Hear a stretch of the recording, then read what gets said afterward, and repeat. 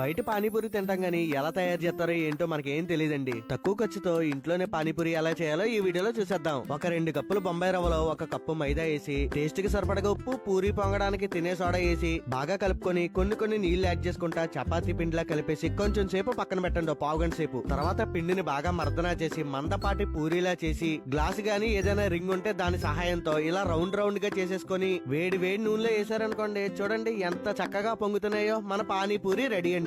ఇది ఉంటే సరిపోద్దా? దీంట్లోకి ఇప్పుడు చాట్ రెడీ చేద్దాం. తెల్ల బఠానీ, బంగాళదుంపలు బాగా ఉడకబెట్టేయాలండి. ఉడికిన బఠానీ కొన్ని పక్కకు తీయండి. ఇప్పుడు మిగిలిన బఠానీ ఉంది కదండి, దాన్ని మెత్తగా మెదిపేసుకొని ఉడికిన బంగాళదుంప తొక్క తీసేసి అది కూడా దీంట్లో పిసికేయండి. ఇందులోనే ఇందాక కొద్దిగా పక్క తీసిన బఠానీ, కొత్తిమీర, ఉప్పు, కారం, గరం మసాలా, చాట్ మసాలా వేసి బాగా కలిపేసి పక్కన పెట్టేయండి. చాట్ రెడీ. ఇప్పుడు పానీ తయారు చేద్దామండి. కొత్తిమీర, పుదీనా, పచ్చిమిర్చి, అల్లం వాటర్ వేసి మిక్సీ పట్టి ఇలా ఒక గిన్నెలోకి వడకట్టేయండి. వడకట్టిన పానీలోకి చింతపండు గుజ్జు కూడా వేసుకోండి. తర్వాత దీంట్లోనే కొన్ని వాటర్ అయితే యాడ్ చేసుకోండి. మీకు పులుపుకి ఘాటుకి తగ్గట్టు వేసుకోండి. తర్వాత దాంట్లోనే ఉప్పు, కారం, జీలకర్ర పౌడర్, ధనియాల పౌడర్, లైట్ గరం మసాలా వేసారంటే పానీ కూడా రెడీ. బాబోయ్ ఇదంతా మా వల్ల కాదనుకుంటే ఇంకేం చేస్తామండి, బయట బండి దగ్గరికి వెళ్ళి 25 రూపాయలు ఇచ్చి ఫుల్ గా తినేయడమే.